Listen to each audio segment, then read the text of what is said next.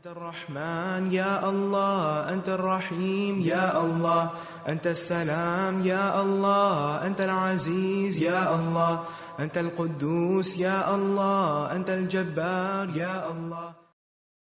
ولله الأسماء الحسنى فادعوه بها. نحمده ونصلي على رسوله الكريم، أما بعد فأعوذ بالله من الشيطان الرجيم. بسم الله الرحمن الرحيم. رب اشرح لي صدري ويسر لي أمري واحلل عقدة من لساني يفقهوا قولي.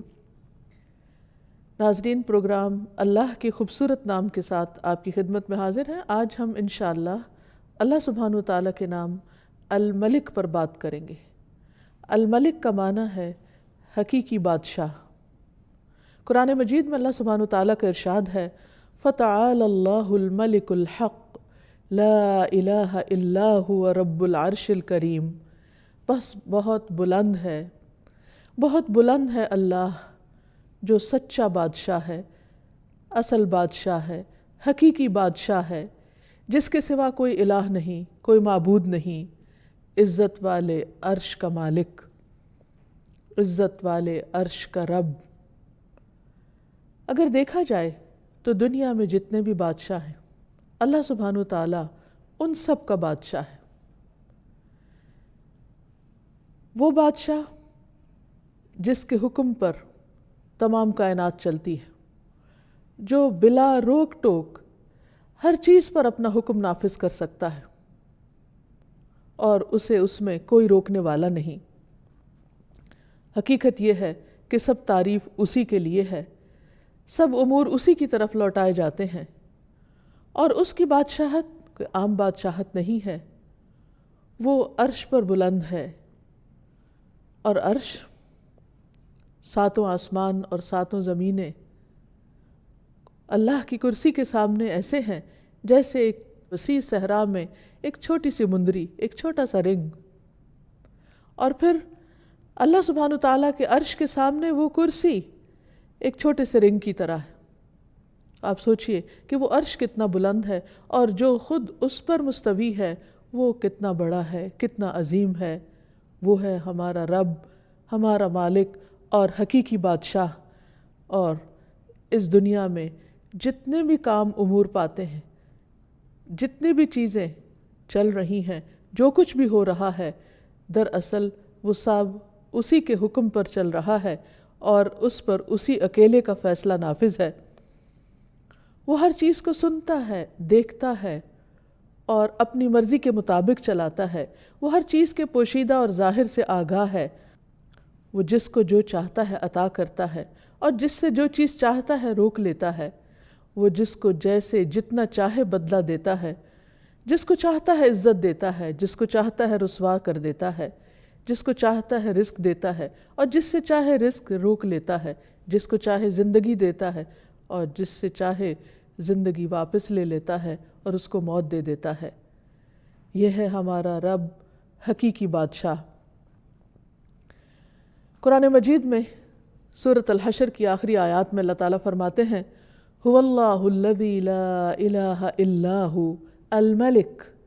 وہ اللہ جس کے سوا کوئی الہ نہیں، الملک حقیقی بادشاہ ہے، القدوس پاکیزہ، نہایت پاک، السلام سراسر سلامتی، المؤمن امن دینے والا، المہیمن نگہبان، العزیز زبردست، غالب، الجبار سب پر غالب، المتکبر سب سے بڑا بن کر رہنے والا۔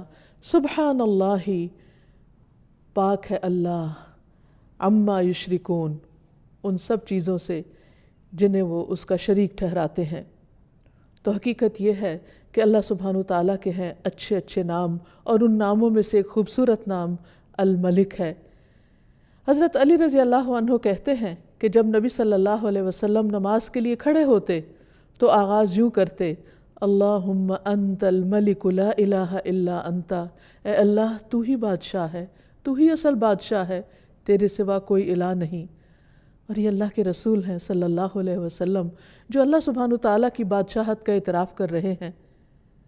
آپ صلی اللہ علیہ وسلم نے یہ بھی فرمایا کہ اللہ تعالیٰ زمین کو مٹھی میں لے لے گا اور آسمانوں کو اپنے دائیں ہاتھ میں لپیٹ لے گا، پھر فرمائے گا انا الملک، انا الملک، میں ہوں اصل بادشاہ، میں ہوں اصل بادشاہ، این ملوک الارض، کہاں ہے زمین کے بادشاہ؟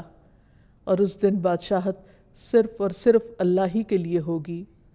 الملک یومئذ للہ، آج حکومت، بادشاہت، اختیار، اقتدار، قبضہ سب صرف اور صرف اللہ کے ہاتھ میں ہے۔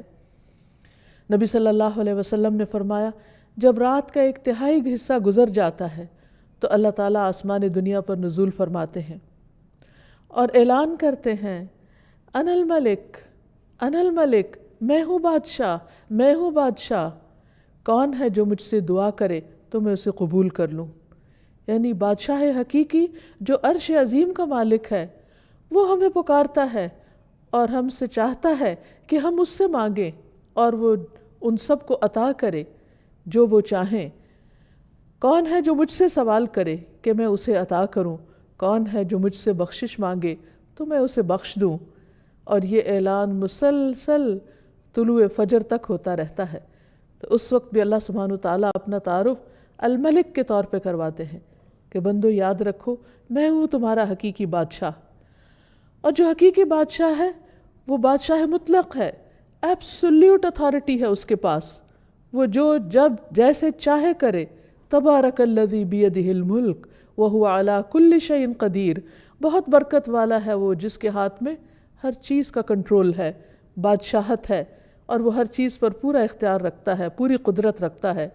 سورۃ الفرقان میں اللہ تعالیٰ فرماتے ہیں الذی لہ ملک السماوات والارض ولم یتخذ ولدا ولم یکن لہ شریک فی الملک، ولم یکن لہ شریک فی الملک، کہ اللہ سبحانہ وتعالیٰ وہ ہے کہ جس کے ہاتھ میں آسمانوں اور زمین کی بادشاہت ہے۔ یعنی وہ صرف زمین کا نہیں بلکہ آسمانوں کا بھی بادشاہ ہے، اور آسمانوں میں جو مخلوق رہتی ہے اور جو کچھ بھی اس نے بنایا ہے ان سب کا بادشاہ حقیقی ہے۔ وَلَمْ يَتَّخِذْ وَلَدًا، اور وہ ایسا بادشاہ ہے جس کا کوئی بیٹا نہیں ہے، کوئی اس کے اقتدار میں کہیں سے بھی شریک نہیں۔ وَلَمْ يَتَّخِذْ وَلَدًا وَلَمْ يَكُنْ لَهُ شَرِيكٌ فِي الْمُلْكِ، اور اس کی بادشاہت میں کوئی بھی شریک نہیں، یعنی مکمل اختیار رکھنے والا۔ دنیا میں بادشاہ یا جہاں بھی صاحب اقتدار لوگ ہوتے ہیں تو وہ بعض اوقات دوسروں کے مشورے کے ساتھ چلتے ہیں، دوسروں کی مدد کے ساتھ چلتے ہیں۔ ان کی حکومت کو چلانے کے لیے ایک فوج چاہیے ہوتی ہے، خزانہ چاہیے ہوتا ہے، لیکن اللہ سبحانہ وتعالیٰ ہر چیز کے اوپر مکمل اختیار رکھتا ہے، اسے کسی کی بھی مدد اور کسی کے بھی خزانوں کی ضرورت نہیں، تمام کے تمام خزانے اس کے اپنے ہاتھ میں ہیں۔ پھر یہ ہے کہ دنیا میں جب کسی کو بادشاہت ملتی ہے تو ایک محدود وقت کے لیے ملتی ہے، لیکن اللہ سبحانہ وتعالیٰ ہمیشہ سے بادشاہ ہے اور ہمیشہ رہے گا۔ پھر یہ کہ دنیا کے بادشاہوں سے بہت سی چیزیں اوجھل رہتی ہیں، انہیں معلوم ہی نہیں ہوتی، بعض اوقات ان کے فیصلے عدل و انصاف پر مبنی نہیں ہوتے، بعض اوقات وہ فیصلے کر لیتے ہیں لیکن ان کے فیصلے نافذ ہی نہیں ہوتے، جبکہ اللہ سبحانہ وتعالیٰ کا ہر فیصلہ علم اور حکمت پر مبنی ہوتا ہے اور اس کا ہر فیصلہ نافذ ہوتا ہے۔ ایسا نہیں کہ وہ حکم دے اور اس کا حکم مانا نہ جائے، وہ کسی کو کچھ کہے اور اس کی تابعداری کی نہ جائے۔ ہاں، وقتی طور پر اگر انسان کو کچھ اختیار حاصل ہے تو وہ بھی بہت محدود ہے اور اس کے بارے میں بھی اس سے پوچھا جائے گا۔ تو بحیثیت مسلمان ہمارا اس بات پر پورا یقین اور پورا ایمان ہونا چاہیے کہ اصل بادشاہت اللہ ہی کے لیے ہے، اور اگر زمین پر اللہ نے مجھے کسی بھی معاملے میں کچھ بھی اختیار دیا ہے تو صرف یہ وقتی ہے اور اس کا بھی حساب ہونے والا ہے، لیکن اللہ سبحانہ وتعالیٰ ہی حقیقی بادشاہ ہے۔ سورۃ المؤمنون میں آتا ہے، اللہ تعالیٰ فرماتے ہیں قُلْ مَنْ بِيَدِهِ مَلَكُوتُ كُلِّ شَيْءٍ وَهُوَ يُجِيرُ وَلَا يُجَارُ عَلَيْهِ، ان سے پوچھئے بتاؤ بادشاہی کس کے ہاتھ میں ہے، بادشاہ کون ہے، اور وہ کون ہے جو پناہ دیتا ہے اور اس کے مقابلے میں کسی کو پناہ نہیں مل سکتی۔ سورۃ یاسین میں اللہ تعالیٰ فرماتے ہیں فَسُبْحَانَ الَّذِي بِيَدِهِ مَلَكُوتُ كُلِّ شَيْءٍ وَإِلَيْهِ تُرْجَعُونَ، پاک ہے وہ اللہ، وہ ذات جس کے ہاتھ میں ہر چیز کی بادشاہت ہے، ہر چیز پر وہ چھایا ہوا ہے، ہر چیز پر غالب ہے، ہر چیز پر اس کا حکم چلتا ہے، اور تم سب اسی کی طرف لوٹائے جاؤ گے۔ اسی کے پاس پہنچو گے، پھر وہ تم سے حساب لے گا، تم سے پوچھے گا۔ اور جہاں تک اختیارات کا تعلق ہے تو دنیا میں جتنے بھی بادشاہ ہیں ان کے پاس جو بھی خزانے ہیں وہ محدود ہیں اور وہ ختم ہو جاتے ہیں، اور ان کو بھرنے کے لیے انہیں مختلف وسائل اختیار کرنے پڑتے ہیں، جبکہ اللہ سبحانہ وتعالی اس کو خرچ کرنے کے لیے کسی سے کچھ لینے کی ضرورت نہیں ہوتی۔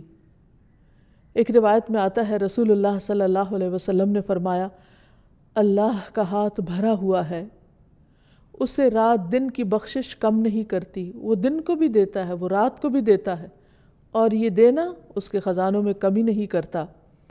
آپ نے فرمایا، کیا تمہیں معلوم ہے کہ جب اس نے آسمان و زمین پیدا کیا اور جب سے پیدا کیے اس نے کتنا کچھ خرچ کیا؟ یعنی جب سے یہ دنیا بنی ہے اس نے کیا کچھ نہیں دیا، وہ دیتا ہی چلا جا رہا ہے۔ عام طور پر دنیا میں وقتی طور پر جب کسی کو اقتدار ملتا ہے یا بادشاہت ملتی ہے تو اس کے پاس جو بھی خزانہ ہوتا ہے یا خرچ کرنے کو ہوتا ہے وہ محدود ہوتا ہے، اور بعض اوقات خرچ کرنے کے بعد وہ ختم بھی ہو جاتا ہے، اور اس خزانے کو بھرنے کے لیے مختلف طرح کے ہیلے کرنے پڑتے ہیں۔ لیکن اللہ سبحانہ وتعالیٰ کسی کا بھی محتاج نہیں، وہ دن رات خرچ کرتا ہے لیکن اس کے خزانوں میں کسی قسم کی کوئی کمی واقع نہیں ہوتی۔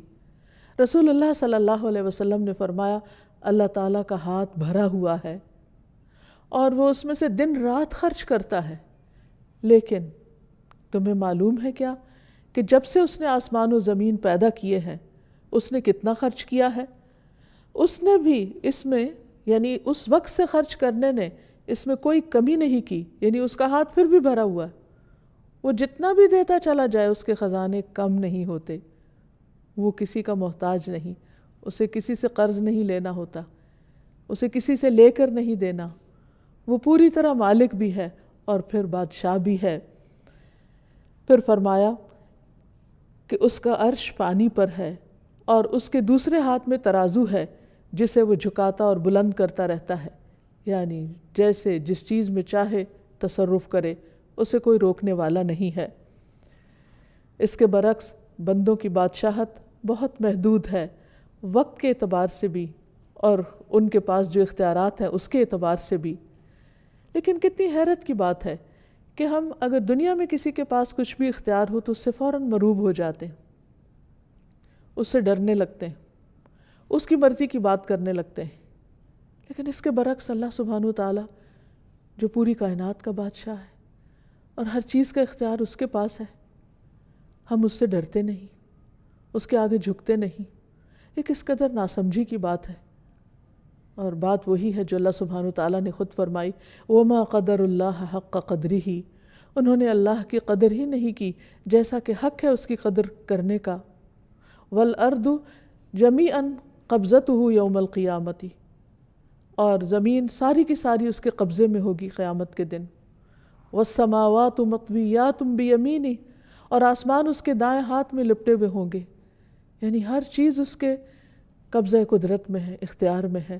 اس کے باوجود ہم پوری طرح اس کے آگے نہیں جھکتے، پوری طرح اس کے طریقوں پر نہیں چلتے، اس کو راضی کرنے کی فکر نہیں کرتے، اور اس کے برعکس جن کے پاس محدود اختیارات ہیں، چونکہ وہ ظاہر سامنے نظر آتے ہیں اس لیے انہی سے مروب ہو جاتے ہیں، اور اللہ جو الملک الحق ہے، حقیقی بادشاہ ہے، اس کو بھول جاتے ہیں۔ پھر آپ دیکھیے کہ اللہ سبحانہ وتعالیٰ جیسی قدرت بھی کسی کے پاس نہیں۔ عبداللہ بن مسعود کہتے ہیں کہ علماء یہود میں سے ایک شخص رسول اللہ صلی اللہ علیہ وسلم کے پاس آیا اور کہا، اے محمد، ہم تورات میں پاتے ہیں کہ اللہ تعالیٰ آسمانوں کو ایک انگلی پر اٹھا لے گا، اور زمین کو ایک اور انگلی پر اٹھا لے گا، اور درختوں کو ایک انگلی پر، اور پانی اور مٹی کو ایک انگلی پر، اور تمام مخلوقات کو ایک انگلی پر، اور پھر فرمائے گا، انا الملک، میں ہوں بادشاہ، میں ہوں بادشاہ۔ نبی صلی اللہ علیہ وسلم نے جب اس عالم کی بات سنی تو آپ مسکرا دیے، اور دراصل یہ مسکراہٹ اس یہودی عالم کی تصدیق کے طور پر تھی۔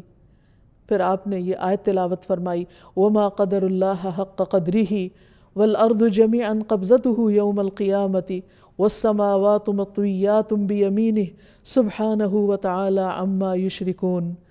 اور ان لوگوں نے اللہ کی قدر نہیں کی جیسا کہ اس کی قدر کرنے کا حق ہے، اور ساری زمین قیامت کے دن اس کی مٹھی میں ہوگی، اس کے ہاتھ میں ہوگی، اور آسمان دائیں ہاتھ میں لپٹے ہوئے ہوں گے۔ وہ ان لوگوں کے شرک سے بالکل پاک اور بلند تر ہے، یعنی لوگ اللہ سبحانہ وتعالیٰ کی عظمت کو اس طرح محسوس نہیں کرتے جس طرح کرنا چاہیے۔ پھر یہ بھی یاد رہے کہ اللہ سبحانہ وتعالیٰ کی بادشاہت میں کبھی بھی کسی قسم کی کوئی کمی نہیں آئے گی۔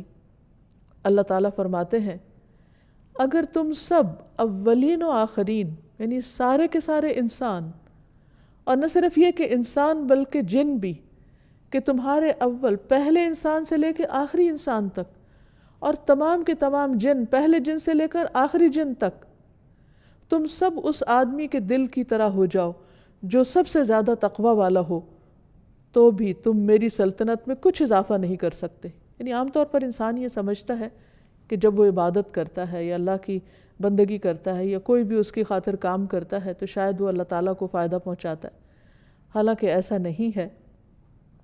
اللہ تعالیٰ فرماتے ہیں کہ اگر تم سارے سجدے میں بھی پڑے رہو تو اس سے میری حکومت، میری بادشاہت میں کچھ اضافہ نہیں ہوگا۔ اسی طرح اے میرے بندو، اگر تم سب اولین و آخرین، جن و انس، ایک آدمی کی طرح ہو جاؤ جو سب سے زیادہ بدکار ہے، تو پھر بھی تم میری سلطنت میں کسی قسم کی کوئی کمی نہیں کر سکتے۔ یعنی اگر اس زمین پر اول سے لے کر آخر تک قیامت تک کوئی ایک بندہ بھی کوئی عبادت نہ کرے، کسی قسم کی کوئی تسبیح نہ کرے، کوئی ذکر نہ کرے، کوئی اس کی اطاعت نہ کرے، تو بھی اللہ سبحانہ وتعالیٰ کی حکومت میں، بادشاہت میں، اقتدار میں، اختیار میں، اس کی طاقت اور غلبے میں کوئی کمی نہیں آ سکتی، کسی قسم کی کوئی کمی۔ ہم اسے کوئی نقصان نہیں دے سکتے۔ تو پھر یہ سب کچھ اصل میں خود ہمارے اپنے ہی فائدے میں ہے۔ جب ہم اللہ تعالیٰ کی عبادت کرتے ہیں تو اس کو تو کچھ نہیں ملتا، لیکن یہ عبادت ہمارے لیے باعث سعادت ہوتی ہے۔ جب ہم اس کا ذکر کرتے ہیں تو اس کو کچھ نہیں ملتا، اس لیے کہ زمین و آسمان کی ہر چیز اس کی تسبیح کر رہی ہے، لیکن یہ تسبیح اور یہ ذکر خود ہمارے اپنے دلوں کی تسکین کا باعث بنتا ہے۔ اس لیے بندہ جب بھی اللہ سبحانہ وتعالیٰ کی طرف رغبت کرے تو اس سے ڈرتے ہوئے اور اس سے امید رکھتے ہوئے، اس سوچ کے ساتھ نہیں کہ میں اپنی عبادت سے اس کو کچھ فائدہ پہنچانے چلا ہوں۔ پھر فرمایا اے میرے بندو، تم سب اولین و آخرین، جن و انس، ایک صاف چٹیل میدان میں کھڑے ہو جاؤ اور سب مجھ سے مانگو، اور میں تم سب کو وہ سب کچھ دوں جو تم مانگ رہے ہو، تو اس سے میری حکومت میں، میری بادشاہت میں اتنی بھی کمی نہیں ہوگی جتنی ایک سمندر کے اندر سوئی ڈالنے کے بعد نکالی جائے اور اس میں جو پانی لگا ہو، تو اتنی قلیل مقدار میں بھی اس سمندر کے مقابلے میں جو کمی ہوتی، میری بادشاہت میں وہ بھی کمی نہیں ہوگی۔ تو اس سے پتہ چلتا ہے کہ اللہ سبحانہ وتعالیٰ کی بادشاہت کیسی ہے، اور اس کے خزانے کیسے ہیں، اور اس کی حکومت کیسی ہے، اور اس کا اقتدار کیسا ہے۔ پھر آپ دیکھیے کہ اس کی بادشاہت کی وسعت، اس کا بھی ہم اندازہ نہیں کر سکتے۔ نبی صلی اللہ علیہ وسلم نے فرمایا میں خوب جانتا ہوں کہ اہل جہنم میں سے کون سب سے آخر میں نکلے گا۔ وہ ایک ایسا شخص ہوگا جو اپنے گھٹنوں کے بل رینگتا ہوا جنت میں داخل ہوگا، یعنی جہنم سے گھٹنوں کے بل گھسٹتا ہوا باہر نکلے گا تو اللہ سبحانہ وتعالیٰ اسے حکم دیں گے کہ جاؤ جنت میں داخل ہو جاؤ۔ وہ جنت میں آئے گا، لیکن اسے ایسے معلوم ہوگا کہ جیسے جنت بھری ہوئی ہے، تو واپس اللہ تعالیٰ کے پاس جائے گا اور کہے گا یا رب جنت تو بھر گئی ہے۔ اللہ تعالیٰ اسے فرمائیں گے کہ جاؤ جنت میں چلے جاؤ۔ پھر وہ جائے گا، پھر وہ دیکھے گا کہ جنت بہت آباد ہے، وہ واپس آئے گا اور کہے گا اے رب جنت تو بھری ہوئی معلوم ہوتی ہے، میں نے جنت کو بھرا ہوا پایا ہے۔ تو اللہ تعالیٰ پھر فرمائے گا کہ جاؤ جنت میں داخل ہو جاؤ، میں تمہیں دنیا کی مانند اور اس سے 10 گنا زیادہ دیتا ہوں۔ سوچئے اس دنیا میں کیا کچھ، یعنی عام طور پر ایک انسان کے بس میں نہیں کہ وہ ایک انسان کیا، آج تک اتنی تحقیقات ہوئیں، اتنا کچھ انسانوں نے پڑھا لکھا، بڑی بڑی یونیورسٹیاں قائم ہوئیں، لیکن پوری زمین کو ایکسپلور نہیں کر سکے اور اس کے پورے خزانوں کو بھی۔ تو اللہ سبحانہ وتعالیٰ جہنم سے نکلنے والے آخری شخص سے فرمائے گا کہ جاؤ میں تمہیں دنیا اور اس جیسی 10 دنیایں تمہیں دیتا ہوں، اور یہ وہ ہے جو سب سے آخر میں جنت میں پہنچنے والا ہوگا۔ تو آپ خود سوچئے کہ جن کو جنت الفردوس عطا ہوئی اور جن کو جنت کے بلند درجات نصیب ہوئے، ان کو کیا کچھ اللہ تعالیٰ عطا فرمائیں گے۔ یہ ہے اصل بادشاہ، حقیقی بادشاہ، کہ جس کو جتنا دینا چاہے وہ دے سکتا ہے، اور سب کچھ دینے کے بعد بھی اس کے اپنے خزانوں میں کچھ کمی واقع نہیں ہوتی۔ تو وہ شخص اس پر بہت حیران ہو جائے گا اور وہ کہے گا کہ یا رب تو مجھ سے مذاق کرتا ہے، واقعی اتنا کچھ، یعنی اسے یقین نہیں آئے گا کہ اتنا کچھ بھی مل سکتا ہے۔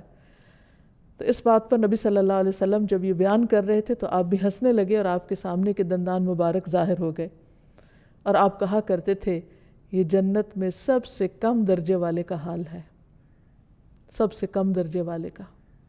اور آج انسان دنیا کی حقیر چیزوں کے پیچھے اپنا دین ایمان بیچ ڈالتا ہے اور اللہ سبحانہ وتعالیٰ کو ناراض کر دیتا ہے، اور یہ بھول جاتا ہے کہ اصل اختیار غلبہ اللہ سبحانہ وتعالیٰ کے پاس ہے، اور وہ اپنے فیصلوں میں خود مختار ہے، جو چاہے کرے۔ اللہ سبحانہ وتعالیٰ وقتی طور پر دنیا میں جب کسی کو کوئی بھی نعمت دیتا ہے تو عام طور پر شیطان اس کے دل میں غرور اور تکبر ڈالنے لگتا ہے، اور اگر کچھ اختیار اور اقتدار مل جائے تو یہ چیز اور بڑھنے لگتی ہے، اور اللہ سبحانہ وتعالیٰ کو بندوں کی یہی چیز پسند نہیں۔ رسول اللہ صلی اللہ علیہ وسلم نے فرمایا، اللہ عز و جل فرماتے ہیں کہ تکبر میری چادر ہے اور عظمت میری ازار ہے، پس جو کوئی مجھ سے اس کے بارے میں جھگڑا کرے گا میں اسے آگ میں پھینک دوں گا۔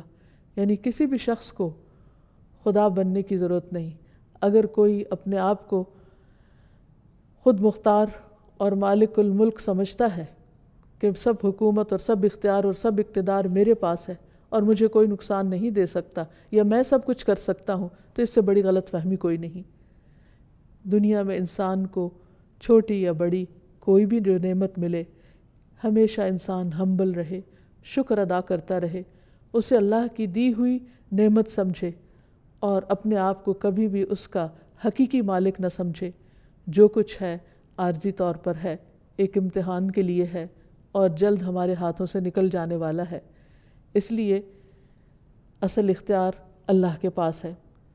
پھر اسی طرح یہ بھی یاد رہے کہ اللہ سبحانہ وتعالیٰ کی بادشاہت ایسی بادشاہت ہے کہ جس میں حکم دینے یا روکنے اور کسی بھی چیز کو کرنے کا مکمل اختیار اس کے پاس ہے۔ ارشاد باری تعالیٰ ہے، بدیع السماوات والارض وَإِذَا قَضَى أَمْرًا فَإِنَّمَا يَقُولُ لَهُ كُن فَيَكُونُ۔ آسمانوں اور زمین کا موجد ہے، اور جب کسی کام کے کرنے کا فیصلہ کر لیتا ہے تو بس اتنا کہتا ہے کہ ہو جاؤ، اور وہ ہو جاتی۔ آپ سوچئے کہ دنیا میں اگر کوئی حکم دیتا بھی ہے تو بعض اوقات اس کے حکم، اس کے آرڈیننس، اس کے فرمان کی کیا ویلیو ہوتی ہے۔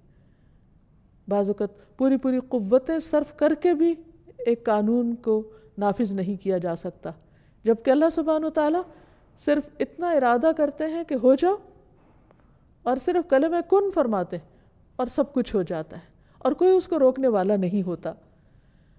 اور اسی لیے ہم ہر نماز کے بعد جو دعا پڑھتے ہیں یا پڑھنے کا حکم دیا گیا کہ اللہم لا مانع لما اعطیت ولا معطی لما منعت ولا ينفع ذا الجد منک الجد۔ اے اللہ، جسے تو دے اسے کوئی روکنے والا نہیں، اور جس سے تو روک دے اسے کوئی دینے والا نہیں، اور کسی مالدار کو اس کا مال تیری بارگاہ میں کوئی فائدہ نہ دے سکے گا۔ یعنی اگر دنیا میں کسی کے پاس کچھ بھی ہے تو وہ دنیا ہی کے چند دن کے فائدے کے لیے ہے، آخرت میں وہ مال دے کر اللہ کو راضی نہیں کر سکتا۔ پھر آپ دیکھیے کہ مخلوق پر، یعنی انسان ہو یا باقی حیوانات ہو، یا جو بھی اللہ سبحانہ وتعالیٰ نے چیزیں بنائی ہیں، بڑے بڑے ستارے اور سیارے جن کی بڑائی کے بارے میں آج انسان تھوڑا بہت کچھ جانتا ہے، تو ان سب کو کنٹرول کس نے کیا ہوا ہے؟ ان سب پر کس کا حکم چل رہا ہے؟ اور کس نے ان کے لیے جو ضابطہ بنایا اس پر وہ مکمل طور پر پابند بھی ہیں، اور اس میں کسی قسم کی کمی بیشی نہیں کرتے۔ اللہ سبحانہ وتعالیٰ خود اس کے بارے میں فرماتے ہیں، الم تعلم، کیا تم جانتے نہیں ہو، ان اللہ لہ ملک السماوات والارض، کہ اللہ سبحانہ وتعالیٰ ہی کے لیے آسمان و زمین کی بادشاہت۔ یعنی جتنا کچھ بھی تم دیکھ رہے ہو، یہ سورج، چاند، ستارے، یہ بلینز آف گیلیکسیز، اور ان کے اندر ٹریلینز آف سٹارز، اور ان سب کا مسلسل چلتے رہنا، چلنا نہیں بلکہ پوری قوت کے ساتھ دوڑتے رہنا اور اس نظام میں کسی قسم کا خلل نہ آنا، یہ دراصل کس کے کنٹرول میں ہے، کس کے اختیار میں ہے، کس نے ان سب کو ایک ڈسپلن کے اندر رکھا ہوا ہے۔ آج ہمارے لیے تو ایک ٹریفک کو کنٹرول کرنا مشکل ہو جاتا ہے، لیکن آسمانوں کی ٹریفک، خواہ وہ بادل ہوں یا ستارے اور کواکب ہوں، یہ تمام چیزیں صرف اور صرف اللہ کے حکم کے مطابق ہی چل رہی ہیں، اسی نے ان کو تھاما ہوا ہے، اور ان میں سے کوئی ایک بھی اپنی راہ چھوڑ کر دوسری طرف نہیں جاتا۔ اگر ان میں سے کوئی ایک بھی اپنی مرضی کرنے لگے تو ہر چیز ٹکرا کر رہ جائے، یہ نظام درہم برہم ہو کر رہ جائے۔ تو اس سے یہ پتہ چلتا ہے کہ حقیقی بادشاہت ان سب پر دراصل اللہ ہی کی ہے۔ فرمایا یعذب من یشاء ویغفر لمن یشاء، جس کو چاہتا ہے عذاب دیتا ہے اور جسے چاہے بخش دیتا ہے۔ واللہ علی کل شیء قدیر، اور اللہ ہر چیز پر پوری قدرت رکھتا ہے۔ پھر اسی طرح رزق کے سارے معاملات بھی اسی کے اختیار میں ہیں۔ واللہ یرزق من یشاء بغیر حساب، اللہ جس کو چاہتا ہے بغیر حساب کے رزق دیتا ہے، یعنی انلمیٹڈ۔ پھر کسی کو حکومت دینا یا نہ دینا یہ بھی اس کے اختیار میں ہے۔ واللہ یؤتی ملکہ من یشاء، اللہ اپنی بادشاہت دیتا ہے، اپنی حکومت دیتا ہے جسے چاہتا ہے، اور اللہ وسعت والا، علم والا ہے۔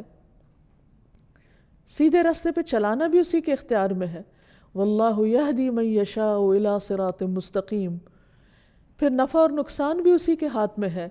وَإِن يَمْسَسْكَ اللَّهُ بِضُرٍّ فَلَا كَاشِفَ لَهُ إِلَّا هُ، اگر اللہ سبحانہ وتعالیٰ تمہیں کوئی نقصان پہنچانا چاہے تو اس کے سوا اسے کوئی ہٹا نہیں سکتا۔ وَإِن يُرِدْكَ بِخَيْرٍ، اور اگر تمہیں کوئی خیر پہنچانا چاہے فَلَا رَادَّ لِفَضْلِهِ، تو اس کے فضل کو بھی کوئی نہیں پھیر سکتا۔ يُصِيبُ بِهِ مَن يَشَاءُ، وہ جس کو چاہتا ہے وہ فضل پہنچاتا ہے، یعنی کوئی اس کو روک نہیں سکتا۔ یصیب بہ من یشاء من عبادہ وہو الغفور الرحیم، اور وہ غفور الرحیم بھی ہے۔ پھر اسی طرح نبوت کا دینا بھی اسی کے اختیار میں ہے، اس نے جس کو چاہا اپنے بندوں میں سے اپنی رسالت کے لیے چن لیا۔ پھر ہر طرح کا فضل دینا بھی اللہ کے اختیار میں ہے، یعنی کوئی کسی سے اللہ کی نعمت کو چھین نہیں سکتا، اور اسی لیے حسد کرنا منع کیا گیا ہے، کیونکہ وہ اللہ کا فیصلہ ہوتا ہے، وہ جس پہ جو چاہے رحمت فرمائے۔ پھر اسی طرح بیٹے اور بیٹیاں دینا بھی اللہ کے اختیار میں ہے۔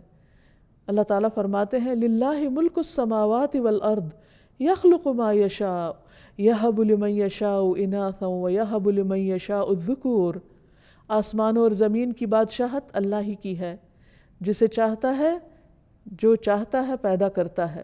یخلق ما یشاء، یعنی اس کی تخلیق اس کی مرضی سے ہوتی ہے، کیونکہ وہ بادشاہ ہے۔ جسے چاہتا ہے بیٹیاں عطا کرتا ہے، جسے چاہتا ہے بیٹے دیتا ہے، اور جسے چاہتا ہے ملا جلا کر دیتا ہے۔ اصل اختیار اسی کا ہے۔ پھر اسی طرح انسانوں کو معاف کرنا یا عذاب دینا یا بخش دینا یہ بھی اسی کے اختیار میں ہے، اور اس میں بھی مالک یوم الدین وہ خود ہے، روز جزا کا مالک، جس میں سارے فیصلے اس کی مرضی کے مطابق ہوں گے۔ پھر تمام بنی آدم کے دلوں کا اختیار بھی اللہ سبحانہ وتعالیٰ کے پاس ہے، یعنی صرف یہ نہیں کہ آسمان اور ستارے سیارے کا مالک وہ ہے اور اس پر اس کی حکومت ہے، نہیں، اس زمین پر بھی حقیقی حکومت اور بادشاہت اسی کی ہے، حتیٰ کہ انسانوں کے دلوں پر بھی۔ رسول اللہ صلی اللہ علیہ وسلم نے فرمایا تمام بنی آدم کے دل رحمان کی انگلیوں میں سے 2 انگلیوں کے درمیان ایک دل کی طرح ہیں، وہ جیسے چاہتا ہے اسے پھیر دیتا ہے۔ پھر آپ صلی اللہ علیہ وسلم نے فرمایا اللہم مصرف القلوب صرف قلوبنا علی طاعتک، اے اللہ جو دلوں کا پھیرنے والا ہے، ہمارے دلوں کو اپنی اطاعت پر پھیر دے، یعنی اس کی طرف موڑ دے، کیونکہ اللہ کے لیے کچھ بھی ناممکن نہیں، ہر چیز اسی کے اختیار میں ہے۔ پھر یہ بھی یاد رہے کہ اللہ سبحانہ وتعالیٰ کو کوئی مجبور کرنے والا نہیں۔ دنیا کے بادشاہ بعض اوقات وہ مجبور ہوتے ہیں، وہ اپنے حواریوں اور اپنے دوسرے مددگاروں کی مرضی کے مطابق فیصلے کرتے ہیں، بعض اوقات وہ اپنی خواہش کے مطابق فیصلے بھی نہیں کر سکتے، لیکن اللہ سبحانہ وتعالیٰ کی بادشاہت ایسی بادشاہت ہے کہ جس میں وہ جس کو جو چاہے عطا کر دے، جو چاہے فیصلہ کر دے، کوئی اس کے فیصلوں پر حاوی نہیں ہو سکتا۔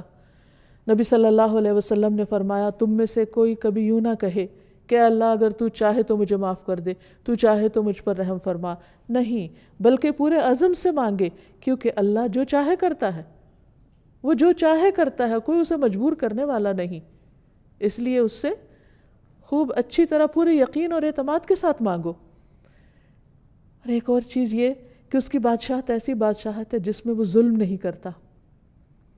دنیا میں اگر انسان کو چند انسانوں پر بھی کچھ اختیار مل جائے تو اس اختیار کی وجہ سے بعض اوقات وہ ان کے حقوق مارنے لگتا ہے یا ان پر ظلم کرنے لگتا ہے، ان کو اپنے کنٹرول میں لینے لگتا ہے، لیکن اللہ سبحانہ وتعالیٰ کسی پر ظلم نہیں فرماتا۔ ابی رضی اللہ عنہ کہتے ہیں اگر اللہ اپنے آسمان والوں اور زمین والوں کو عذاب دینا چاہے تو وہ دے سکتا ہے، اور وہ ان پر ظلم کرنے والا نہ ہوگا، اور اگر وہ ان پر رحم کرنا چاہے تو کر سکتا ہے، تو اس کی رحمت ان کے لیے ان کے اعمال سے زیادہ بہتر ہے۔ تو بہرحال اگر ہمیں یہ یقین ہو جائے کہ حقیقی بادشاہ وہ ہے تو پھر ہم سب اس کے آگے عاجزی کرنے والے ہوں، اس سے ڈرنے والے ہوں، اس سے مانگنے والے ہوں، اور اسی کے سامنے اپنی حاجات رکھنے والے ہوں۔ جیسا کہ ہم دیکھتے ہیں کہ بڑے بڑے پیغمبروں نے جنہیں اللہ سبحانہ وتعالیٰ نے دنیا میں بادشاہت عطا کی، انہوں نے بھی اپنی ساری دعائیں اور حاجتیں اس حقیقی بادشاہ کے سامنے رکھی۔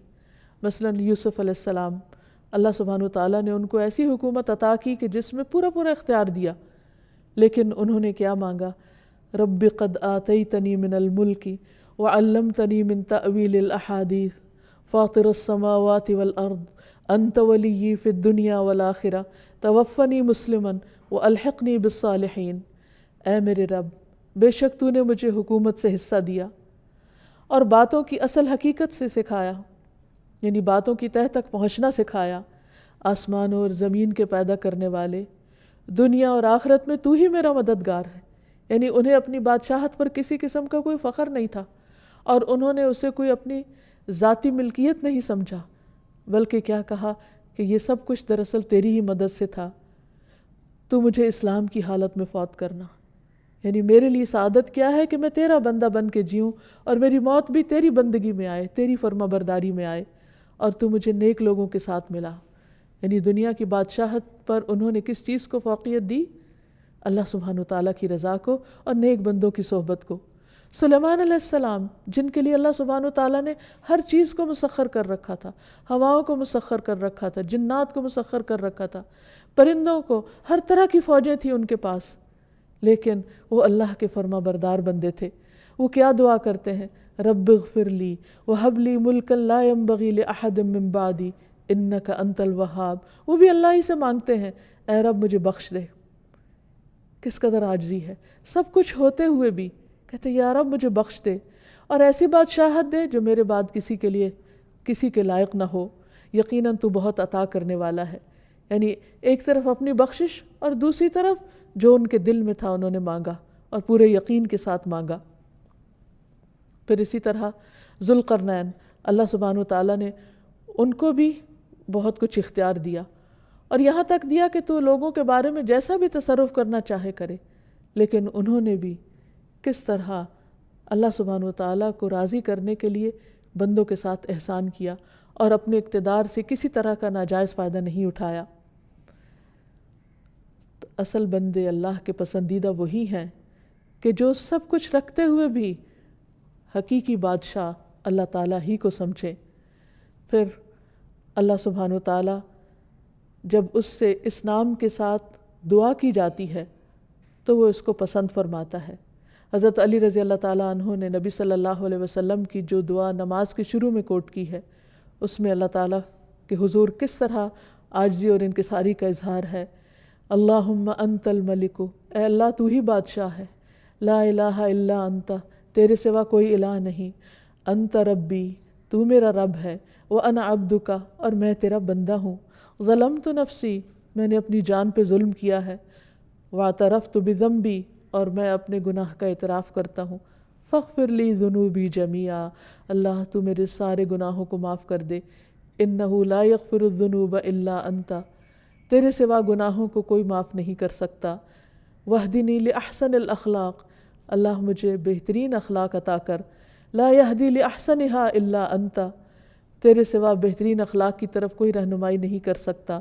وَاصْرِفْ عَنِّي سَيِّئَهَا لَا يَصْرِفُ عَنِّي سَيِّئَهَا إِلَّا أَنْتَ، اور تو مجھ سے میری برائیاں دور کر دے، ان برائیوں کو کوئی دور نہیں کر سکتا سوائے تیرے. پھر اسی طرح نبی صلی اللہ علیہ وسلم قیام کی حالت میں یہ دعا پڑھا کرتے تھے، سبحان ذی الجبروت والملکوت والکبریاء والعظمہ. آپ صلی اللہ علیہ وسلم کا مقام کتنا بلند ہے، لیکن جب اللہ کے حضور ہاتھ باندھ کر کھڑے ہوتے تو کس طرح اپنے رب کی تعریف بیان کرتے. سبحان ذی الجبروت والملکوت والکبریاء والعظمہ، پاک ہے وہ جو طاقت والا، سلطنت والا، کبریائی والا اور عظمت والا ہے. جو شخص جتنی زیادہ اللہ کی معرفت رکھتا ہے اتنے ہی خوبصورت الفاظ میں اللہ سبحانہ وتعالیٰ کو یاد کرتا ہے. پھر اسی طرح جو اللہ سبحانہ وتعالیٰ کے پسندیدہ کلمات ہیں ان میں سے لا الہ الا اللہ وحدہ لا شریک لہ لہ الملک ولہ الحمد وہو علی کل شیء قدیر ہے.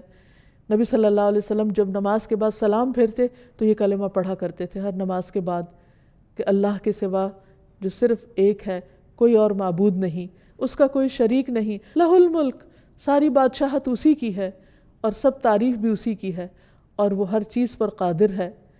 پھر صبح و شام کی دعاؤں میں بھی نبی صلی اللہ علیہ وسلم جو کلمات پڑھتے، امسینا و امس الملک للہ، کہ ہم نے شام کی اور ساری ملک نے، یعنی اللہ کی جتنی بھی بادشاہت میں جو اختیار ہے ہر چیز نے اللہ ہی کے لیے شام کی، یعنی اللہ ہی کے حکم کے مطابق، والحمد للہ، اور ساری تعریف اللہ کے لیے. اور پھر آگے مزید دعا بھی ہے. پھر اسی طرح صفا و مروہ کا طواف کرتے وقت بھی جو دعا سکھائی گئی اس میں بھی اللہ سبحانہ وتعالیٰ کے ملک کا اعتراف ہے. تو ہمارے لیے لازم ہے کہ ہم اللہ تعالیٰ کو بادشاہ حقیقی سمجھیں اور اس کے آگے ہمبل ہو جائیں، اس کی اطاعت اور فرما برداری کریں، اس کی اس بادشاہت میں کسی کو شریک نہ سمجھیں اور شرک کو گناہ عظیم سمجھیں. اللہ کے سوا کسی اور کو اختیار والا نہ سمجھیں، کیونکہ سب کے پاس جو بھی اختیار ہے وہ محدود ہے اور حقیقی معنوں میں دینے والا اللہ سبحانہ وتعالیٰ ہے. اور اس سے شدید محبت کرنے والے ہوں، کیونکہ وہ ہر چیز کا مالک ہے، دنیا کی بھی اور آخرت کی بھی. اور پھر اس سے ملاقات کا شوق بھی ہمارے اندر ہو. جب دنیا میں کسی بڑے انسان کے بارے میں ہم سنتے ہیں تو اس سے ملنے کا شوق ہوتا ہے، اس کے قریب ہونے کا شوق ہوتا ہے، لیکن کیا ہم اللہ کی بڑائی کو سمجھتے نہیں کہ اس کے قرب اور اس کی ملاقات کا کوئی شوق نہیں ہمارے دل میں؟ نہیں. اگر ہم واقعی اس کی عظمت کو پہچان جائیں تو پھر اس سے ملاقات کا شوق بھی ہمارے دل میں ہو اور اس کا قرب بھی چاہیں. اور اس کا قرب نماز کے ذریعے حاصل ہوتا ہے. اس نے خود ہمیں بتا دیا وَاسْجُدْ وَاقْتَرِبْ، سجدہ کرو اور قریب ہو جاؤ، کیونکہ وہ عظیم بادشاہ ہے. اور جب اس کو خوش کر دیں گے تو وہ ہمیں خوش کر دے گا. جیسے موسیٰ علیہ السلام اپنی قوم سے آگے آگے فوراً اللہ سبحانہ وتعالیٰ کی طرف بڑھے. اللہ تعالیٰ نے پوچھا کہ کیا چیز تجھے سب سے پہلے آگے لے آئی؟ وہ کیا چیز تھی جو انہیں اللہ سبحانہ وتعالیٰ کی طرف دوڑا رہی تھی؟ اس کی ملاقات کا شوق تھا. تو اللہ سبحانہ وتعالیٰ ہم سب کو اپنی ملاقات کا شوق دے اور اپنی عظمت کا احساس دے. وآخر دعوانا ان الحمد للہ رب العالمین. یا اللہ انت الحسیب، یا اللہ انت الشافی، یا اللہ انت المبین، یا اللہ انت الوکیل، یا اللہ انت القیوم، یا